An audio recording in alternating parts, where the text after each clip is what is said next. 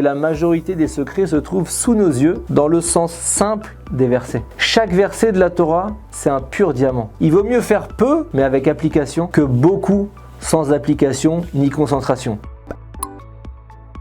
Comment vivre en permanence avec les idéaux du judaïsme? Comment certains sont toujours enflammés par les paroles de la Torah et d'autres non? Pourquoi tant de personnes chantent la chanson Ivdu Atachem Besimcha, servez Dieu dans la joie, sans pourtant être joyeux? Pourquoi certains mettent les téphilines avec enthousiasme et d'autres par habitude, comme s'ils étaient lassés? Pourquoi la prière est souvent bâclée et récitée trop vite ou sans aucune concentration? Alors restez avec moi quelques minutes, on va y répondre et proposer une solution pour entretenir notre flamme spirituelle et notre ardeur dans toutes les choses de la vie. En 1924, un jeune homme regarde dans le trou de la serrure d'une chambre. C'était celle du célèbre rabbin surnommé le Chafetz Chaim. Il était âgé de 85 ans. Il aperçoit le maître assis sur son lit en train d'étudier le célèbre passage de la Torah qui traite des plaies que Dieu a infligées aux Égyptiens pour que Pharaon laisse partir le peuple hébreu alors en esclavage. Il lisait tout simplement le texte de la Bible sans explication. Il riait, il était enchanté, il s'excitait comme un enfant qui s'imagine l'histoire. La plaie a transformé l'eau du fleuve égyptien en sang, les poissons sont morts, l'odeur qui s'en dégage, les Égyptiens obligés de boire du sang car ils sont en manque d'eau,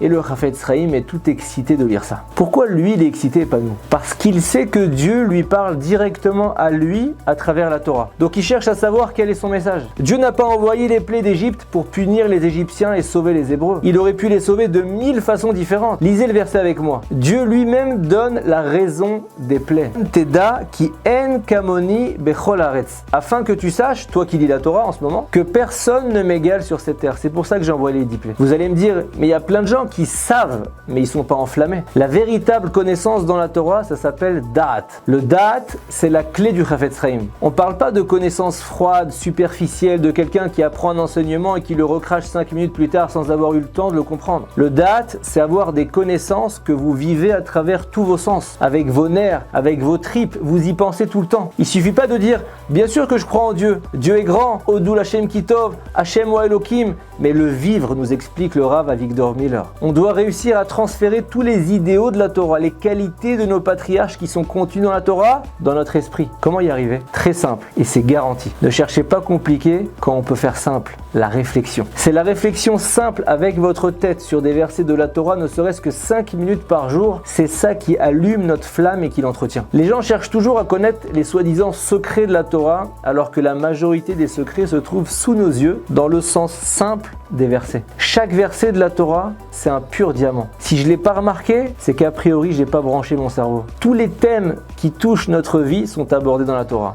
Et tout nous parle. Prenons un verset. Dieu a créé le ciel et la terre. Donc rien n'est matière. Et donc si toute la création est spirituelle, comment elle me parle? Et quelle est ma mission à moi? Réfléchissez à toutes les implications que ça peut avoir le fait que Dieu a créé le ciel et la terre. Tiens, c'est marqué que Yaakov aime plus Rachel que Léa. Alors pourquoi c'est marqué plus tard que Léa se sent haïe?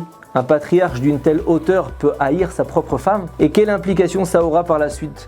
Et la réponse vous parlera dans votre vie à vous. Un autre passage. Moshe frappe le fleuve des Égyptiens car ils le prennent pour une divinité. Et le texte dit, pour que tu saches. Sache quoi? Moi? Oui. Que Dieu est amené dans la vie à frapper nos fausses croyances. Est-ce que j'en ai d'ailleurs moi par hasard? Un jour certains ont voulu voir comment priait le grand maître de la génération, le Rav Israël Salanter. Ils sont revenus très déçus. Il était immobile, il bougeait pas du tout. Et puis il y a un type qui s'est approché et il a vu les veines de son front gonflées à bloc. En fait il travaillait très dur à l'intérieur. C'est comme ça qu'on prie, c'est comme ça qu'on étudie avec son esprit bien allumé. Il vaut mieux faire peu mais avec application que beaucoup sans application ni concentration. Rien que le sidour, les mots de la prière en soi, c'est une carrière tracée pour chaque juif. Chaque verset des psaumes peut bouleverser ta vie, t'apprendre, t'inspirer, te transformer. Et pour éviter de tomber dans la routine et rester un Baal Tchouva, un repenti tout frais, tout chaud, tout enflammé toute sa vie, on doit faire pénétrer doucement les mots et les leçons de la Torah en la lisant comme si c'était la première fois.